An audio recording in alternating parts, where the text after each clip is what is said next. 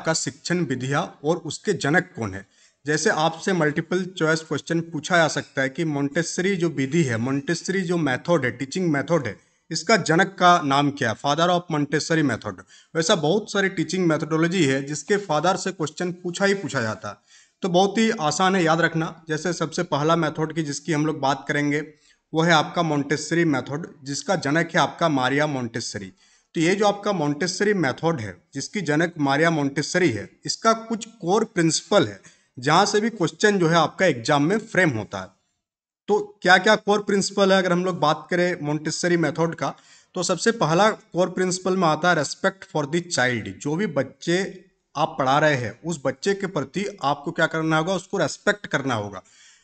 पहला पॉइंट, पहला core principle में आता है। ये सारे कोर प्रिंसिपल से भी क्वेश्चन एग्जाम में फ्रेम होता है, सीटेट के एग्जाम में हो, चाहे जेटेट के एग्जाम में हो, रीट के एग्जाम में हो, हर एग्जाम में मोंटेसरी मेथड से क्वेश्चन हम लोगों को देखने को मिलता है डायरेक्टली और इनडायरेक्टली। तो पहला कोर प्रिंसिपल क्या याद रखिएगा आप कि चाइल्ड के प्रति आपकी जो भावना होनी चाहिए वो कैसा होना चाहिए, रेस्पेक्टफुल होना चाहिए। सेकंड जो कोर प्रिंसिपल है मोंटेसरी मेथड का वो है आपका सेंसिटिव पीरियड, यानी कि बच्चे जब आपके पास लर्निंग के लिए आते हैं तो उस टाइम वो जो पीरियड होता है वो सीखने के लिए सेंसिटिव पीरियड होती है, संवेदनशील अवस्था होती है। उस टाइम अगर आप बच्चों को सिखा नहीं पा रहे हैं तो आगे आने वाले टाइम में बच्चों को जब आप सिखाने की कोशिश करेंगे तो आपको बहुत सारी दिक्कतें आपको झेलना पड़ सकता है। थर्ड कोर प्रिंसिपल क्या कहता है कि मोंटेसरी मेथड से अगर आप टीचिंग डिलीवर कर रहे हैं, टीचिंग स्टडी मटेरियल डिलीवरी कर रहे हैं या टीचिंग मेथड को आप डिलीवरी कर रहे हैं, तो एक इन्वायरमेंट पहले से ही आप क्रिएट करेंगे ताकि बच्चे आकर के तुरंत उस इन्वायरमेंट को अडेप्ट कर सके और माहौल में ढल जाए। फोर्थ है इंडिपेंडेंसी एंड डिस्कवरी, यानी कि आप उसको रटंत विद्या नहीं प्रोवाइड करेंगे, उसको आप स्वतंत्र बनाएंगे और वो खोज विधि से ज़्यादा सीखने की कोशिश करेगा। तो ये सब काम आपको किस मेथड में कराया जाता है, मोंटेसरी मेथड में कराया जाता है, जिसका जनक का नाम है मारिया मोंटेसरी। तो मोंटेसरी मेथड आपको क्लियर हुआ, कोर प्रिंसिपल क्या है ये भी क्लियर हुआ आपको। तो इसी प्रकार से हम लोग पूरा और एक नेक्स्ट मेथड देखेंगे जिसका नाम है आपका किंडरगार्टन विधि, जिसका जनक का नाम है फ्रावेल। और ये आपका मोस्ट इंपॉर्टेंट है, यहाँ से बार बार एग्जाम में क्वेश्चन पूछा गया है। तो इस टाइप के डेली बेसिस पर वीडियो को एक्सेस करने के लिए आप चैनल को सब्सक्राइब कर लीजिएगा। नोट्स और टेस्ट सीरीज के लिए आप एग्जाम नैनो एप्लीकेशन को गूगल प्ले स्टोर से डाउनलोड कर लीजिएगा। और हम लोगों का टेलीग्राम चैनल है, वहाँ पर भी आप ज्वाइन हो सकते हैं फॉर द फर्दर इन्फॉर्मेशन। तो हम लोग अगर बात करें किंडरगार्टन मेथड की, जिसकी जनक का नाम है फ्रवेल, और ये फ्रवेल जो है किंडरगार्टन स्कूल सबसे पहली बार कहाँ स्थापित हुआ था, तो जर्मनी में स्थापित हुआ था। जर्मनी में पहला किंडरगार्टन स्कूल खुला था। कब खुला था आपका, 1837। यहाँ से भी क्वेश्चन फ्रेम होता है, पहला किंडरगार्टन स्कूल जो है आपका कहाँ पर खुला था, तो 1837 में जर्मनी में जो है आपका पहला किंडरगार्टन स्कूल खुला था। ये पॉइंट याद रखिएगा, फर्स्ट किंडरगार्टन स्कूल कहाँ खुला था, जर्मनी में। कब खुला था, 1837। और किंडरगार्टन का मतलब क्या है कि यानी बच्चों के बगीचा, क्या हिंदी में इसको बोले तो बच्चे के बगीचे की ओर इशारा करता है। और इसका जो मेन एम है कि जैसे कि आप अगर गार्डन गए होंगे, कहाँ गए होंगे, गार्डन, तो गार्डन में क्या होता है, बहुत सारे फूल पौधे होते हैं और उन सारे फूल पौधे को कौन देखभाल करता है, माली देखभाल करता है। तो किंडरगार्टन स्कूल क्या होगा, वो जो बच्चे होगा, बच्चों को क्या माना गया, किंडरगार्टन स्कूल में बच्चों को जो है प्लांट माना गया। क्या माना गया है, प्लांट माना गया है। और आप एज ए टीचर क्या है, आप उस गार्डन के माली है। तो जैसे एक गार्डन का माली उस पूरा का पूरा गार्डन की देखभाल करता है, उसी टाइप से एज ए टीचर आपको क्या करना है, पूरा का पूरा सिस्टम का देखभाल करना है। तो ये है आपका किंडरगार्टन मेथड। काफ़ी इंपॉर्टेंट मेथड है, आज के टाइम में काफ़ी फेमस है। और 1837 से ये क्या हो रही है, चली आ रही है। और ये जितने भी मेथड की आज हम लोग बात करेंगे सारा आपका 1 to 5 वालों के लिए, यानी बच्चों को पढ़ाने की मेथड की हम लोग बात कर रहे हैं। नेक्स्ट आता है आपका प्रोजेक्ट मेथड, जिससे आपका क्वेश्चन पूछा जाता है कि इसका जनक का नाम क्या है, तो जनक का नाम क्या है, किलपैट्रिक। क्या नाम है इसका, किलपैट्रिक। और अगर हम लोग बात करें कि प्रोजेक्ट मेथड की जो मेन कॉन्सेप्ट है ये किसके द्वारा दिया गया था, तो जॉन डीवी के द्वारा जो है प्रोजेक्ट मेथड की मेन अवधारणा प्रस्तुत किया गया था। और ये जॉन डीवी का ही स्टूडेंट था, कौन आपका, किलपैट्रिक। ये किसका स्टूडेंट था, जॉन डेवे का स्टूडेंट था। और उसने क्या किया था, इस विधि को क्या प्रतिपादन किया। कॉन्सेप्ट था जॉन डीवी का, बट प्रतिपादन कौन किया, किलपैट्रिक किया। तो यहाँ कंफ्यूजन मत हो जाएगा कि इसकी जनक का नाम क्या। जनक का नाम अगर आपसे पूछा जाएगा तो आप किलपैट्रिक ही आंसर देंगे यहाँ पर। इस विधि में क्या होता है कि आप बच्चे को क्या देंगे, चाइल्ड को आप एक प्रोजेक्ट दे देंगे। क्या दे देंगे, एक प्रोजेक्ट। और बच्चा उस प्रोजेक्ट के माध्यम से सीखता है। जो भी उसको प्रोजेक्ट आप प्रोवाइड करते हैं और उस प्रोजेक्ट पर जब बच्चा काम करता है तो एक्सप्लोरेशन के माध्यम से बच्चे लर्निंग करते हैं। और ऐसा देखा गया है कि इस विधि द्वारा बच्चों को डायरेक्ट एक्सपीरियंस होता है। कोई भी प्रोजेक्ट पर जब हम लोग काम करते हैं तो हम लोगों को उस प्रोजेक्ट में भिड़ना पड़ता है, बाकी लोगों का भी हेल्प लेते हैं, टीचर भी हेल्प करता है, बट बच्चे का इन्वॉल्वमेंट एक्टिव रूप से होता है और टीचर एज ए फैसिलिटेटर यानी एज ए मार्गदर्शक के रूप में काम करता है। तो इसलिए इसमें डायरेक्ट अनुभव प्राप्त होता है किसको? बच्चे को। तो प्रोजेक्ट मेथड का जनक का नाम क्या है? आपका किलपैट्रिक है। और इसमें हम लोग क्या, बच्चों को क्या होता है? डायरेक्ट एक्सपीरियंस प्राप्त होता है। कोई भी प्रॉब्लम को सॉल्व करने के लिए हम लोग क्या प्रोवाइड करते हैं? बच्चों को प्रोजेक्ट प्रोवाइड करते हैं। तो ये क्लियर हो आपको प्रोजेक्ट मेथड क्या है, जनक का नाम क्या है और कैसे ये काम होता है। अब एक नेक्स्ट मेथड है जो कि है आपका एक्सप्लोरेशन और खोज विधि, जिसका अन्वेषण एवं खोज विधि के नाम से जिसे हम लोग जानते हैं। और इसका दूसरा नाम है ह्यूरिस्टिक मेथड। और इसका जो जनक का नाम है क्या है? Professor E आर्मस्ट्रंग। क्या नाम है आपका? आर्मस्ट्रंग। इतना याद रखिएगा आप कि जो ह्यूरिस्टिक मेथड है इसी को हम लोग अन्वेषण एवं खोज विधि के नाम से जानते हैं, एक्सप्लोरेशन एंड इन्वेंशन मेथड, जिसकी जनक का नाम है आपका प्रोफेसर ई आर्मस्ट्रॉन्ग नाम है और ह्यूरिस्टिक विधि के नाम से जाना जाता है। इसमें क्या होता है? बालक को कम से कम बताकर, यानी बालक को जब आप कोई प्रॉब्लम सॉल्यूशन करने के लिए देंगे तो बहुत ही कम इन्फॉर्मेशन आप देंगे, बट उससे आप ज़्यादा बुलवाएंगे, अधिक से अधिक खोज कर बच्चे से ज़्यादा क्वेश्चन करके आप क्या करेंगे? चीज़ों को, लर्निंग का प्रोसेस को आप कंप्लीट करेंगे। जैसे कि एक पेड़ के बारे में, एक पेड़ के बारे में आप पढ़ा रहे हैं, about the plant, about the tree, तो आप ट्री के बारे में पहले ज़्यादा कुछ मत बोलिए। पहले आप बच्चों से सुनिए कि बच्चा इस ट्री के बारे में क्या क्या जानता है, उसको क्या क्या नॉन फैक्ट उसको आता है। फिर आप आगे क्या करेंगे? लेकर बढ़ेंगे चीज़ों को, तो बच्चे इससे ज़्यादा सीखेंगे। इसलिए इसको बोला गया अन्वेषण एवं खोज विधि, जिसे हम लोग ह्यूरिस्टिक विधि के नाम से भी हम लोग जानते हैं। तो ये आपको क्लियर हुआ, अन्वेषण एवं खोज विधि। 2 पॉइंट याद रखिएगा, पहला जनक का नाम, दूसरा ह्यूरिस्टिक मेथड के नाम से भी हम लोग इसको जाना जाता है। और इसमें हम लोग क्या करते हैं? अब हम लोग कुछ प्रोजेक्ट देखेंगे जो कि इंडियन एजुकेशन के कंटेक्स्ट में काफ़ी इंपॉर्टेंट है और बार बार यहाँ से एग्जाम में, टेट के एग्जाम में क्वेश्चन पूछा जाता है।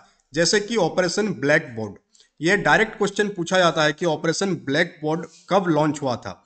तो 1987 में लॉन्च हुआ था, 1987 टू 88, इस टाइम फ्रेम में ऑपरेशन ब्लैक बोर्ड को लॉन्च किया गया था भारत सरकार के द्वारा।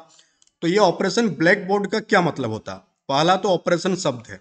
ऑपरेशन मतलब क्या होता है कि युद्ध स्तर पर यानी वार लेवल पर किसी भी चीज का अभियान चलाकर कार्य को शीघ्र पूरा करना। ऑपरेशन ब्लैक बोर्ड का मेन एम था कि जो ब्लैक बोर्ड, जो लास्ट में आपको ब्लैक बोर्ड शब्द दिख रहा है, इसका मतलब कि स्कूल में जो आवश्यक उपकरण है, जैसे कि चौक हो गया, डस्टर हो गया, किताब हो गया, फर्नीचर हो गया, चार्ट हो गया, खेल सामग्री हो गया, ये सब क्या हो? उपलब्ध हो। आज़ादी के बाद हम लोगों के पास काफ़ी रिसोर्सेज की कमी थी क्योंकि अंग्रेज लूट कर चला गया था। तो स्कूल को जब हम लोग रीडेवलप कर रहे थे तो ये सब प्रॉब्लम भी उस टाइम आया था। भले आज ये सब प्रॉब्लम नहीं है, क्यों नहीं? क्योंकि ऑपरेशन ब्लैक बोर्ड चला तो ये सब प्रॉब्लम सॉल्व हुआ, बट उस टाइम हुआ था ये सब प्रॉब्लम। और उसी प्रॉब्लम को दूर करने के लिए ऑपरेशन ब्लैक बोर्ड चलाया गया था, जिसमें स्कूल के लिए जो बेसिक नीड्स है बच्चों को पढ़ाने के लिए, जिसे हम लोग टीचिंग एड्स के नाम से जानते हैं आज के डेट में। आज तो हम लोग बिल्डिंग को भी टीचिंग एड्स के रूप में यूज करते हैं। बाला कॉन्सेप्ट, बाला का फुल फॉर्म कमेंट बॉक्स में कमेंट करके बताएंगे कि बाला का क्या फुल फॉर्म है। तो ऑपरेशन ब्लैक बोर्ड का ही मतलब हो गया कि वार लेवल पर जो स्कूल का बेसिक नीड्स है उसको पूरा करना था।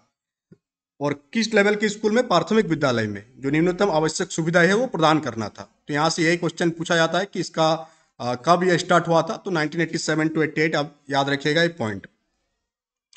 नेक्स्ट है आपका राष्ट्रीय साक्षरता मिशन कब शुरुआत हुआ था? ये भी पूछा जाता है। तो इसमें इतना ही आप याद रखिएगा कि राष्ट्रीय साक्षरता मिशन जो है ये आपका 1988 में इसको लॉन्च किया गया था। नेक्स्ट सबसे इंपॉर्टेंट है सर्व शिक्षा अभियान। सर्व शिक्षा अभियान, जिसे हम लोग SSA के भी नाम से जानते हैं, ये आपका लॉन्च कब हुआ था? तो 2000 से 2001 में ये आपका लॉन्च हुआ था। और ये आपका भारत सरकार का एक फ्लैगशिप प्रोग्राम था, जिसका मेन एम था जो प्राइमरी एजुकेशन है उसका यूनिवर्सलाइजेशन करना, यानी प्रारंभिक शिक्षा का सार्वभौमिकरण करना। यूईई का फुल फॉर्म क्या है? तो यूनिवर्सलाइजेशन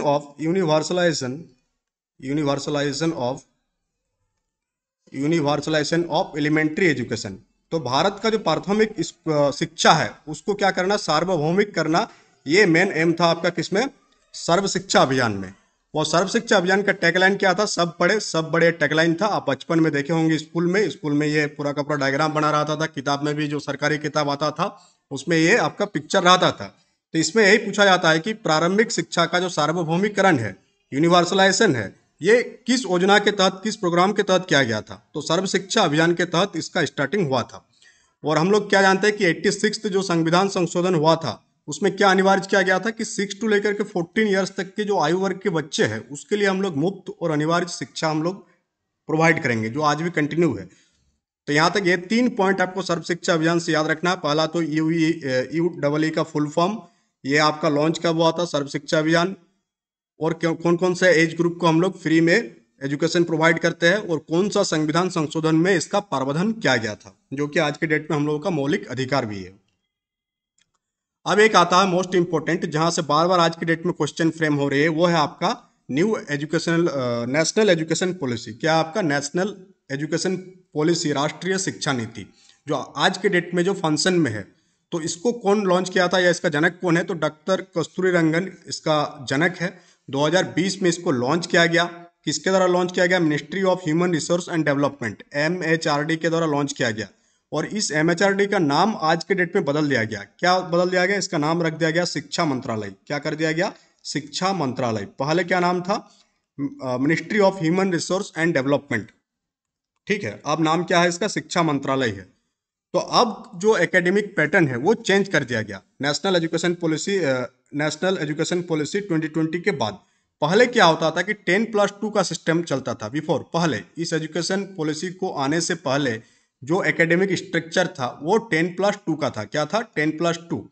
तो 10+2 में क्या होता था कि एज 6 से लेकर के 16 साल तक वो 10वीं तक पढ़ता था।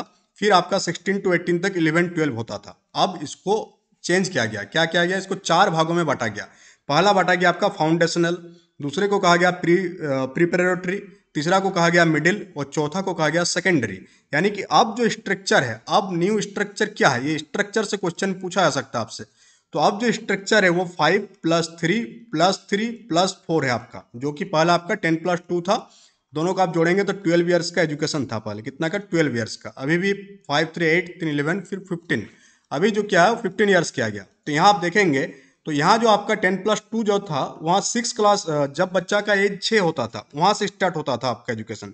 अब क्या किया गया कि 3 साल से ही बच्चों को आपको एडमिशन कराना है आंगनबाड़ी में, प्री स्कूल में या बाल वाटिका में। तो बाल वाटिका का जो कॉन्सेप्ट है वो आपका न्यू एजुकेशन पॉलिसी में लाया गया। कहाँ लाया गया? आपको न्यू एजुकेशन पॉलिसी में ही आपका बाल वाटिका का कॉन्सेप्ट हम लोगों को देखने को मिला। 2 मिनट रुकिए खाली। हाँ, तो बाल वाटिका जो है आपका फाउंडेशनल लेवल है। कौन सा लेवल है? बाल वाटिका। तो बाल वाटिका एक पॉइंट याद रखिएगा।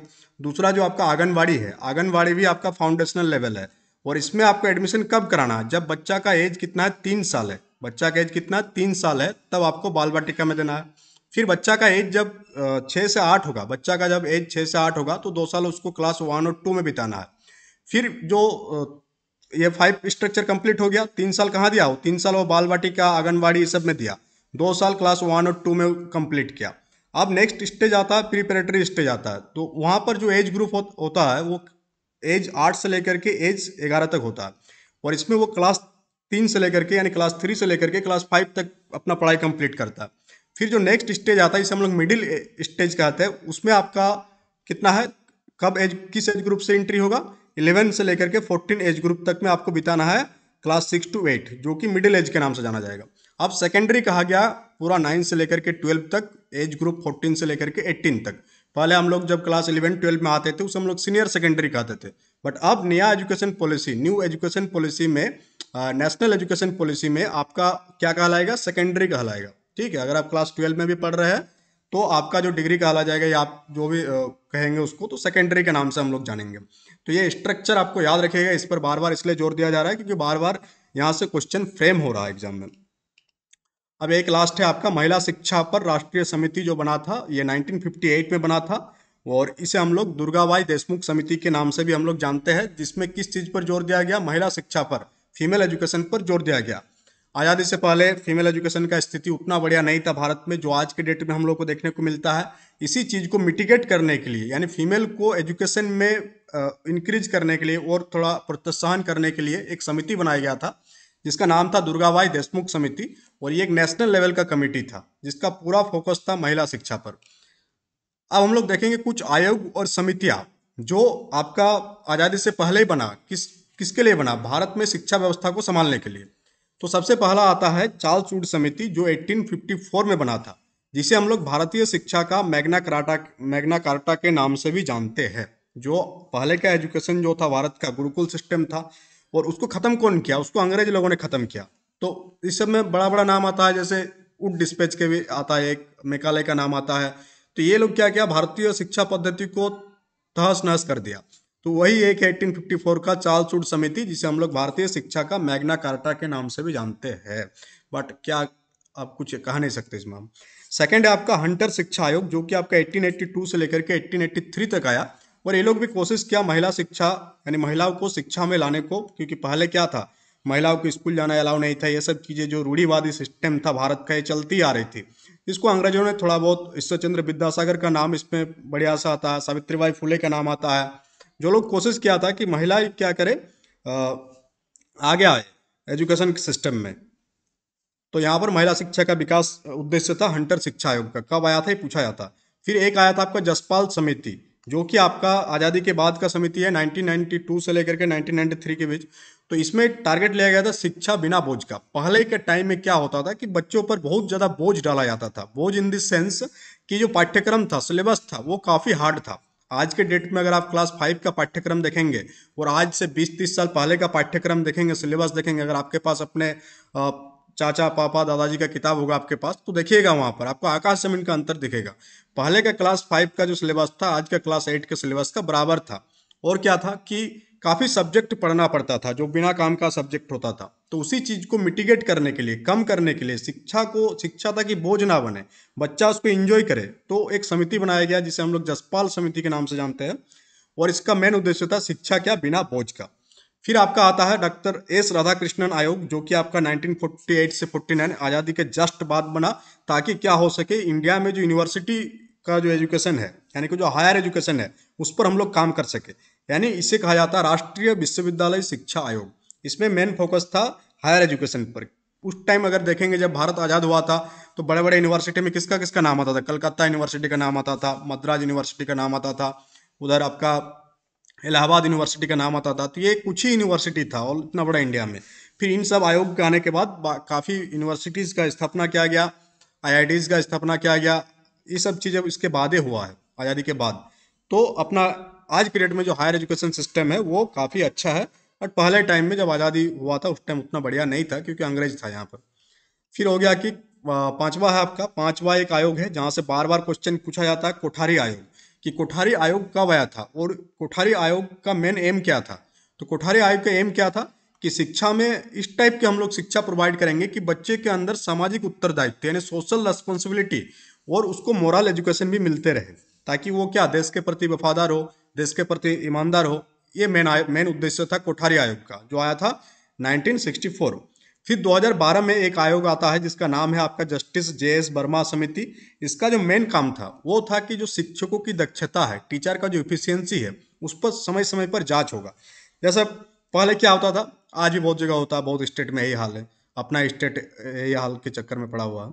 तो क्या होता था कि टीचर का एक बार बहाली हो गया, बस काम खत्म। अब वो क्या पढ़ा रहे हैं क्या नहीं पढ़ा रहे हैं, वो अपने आप को अप टू डेट रख रहे हैं कि नहीं रख रहे हैं, इन सारी चीज़ों पर कोई ध्यान नहीं था।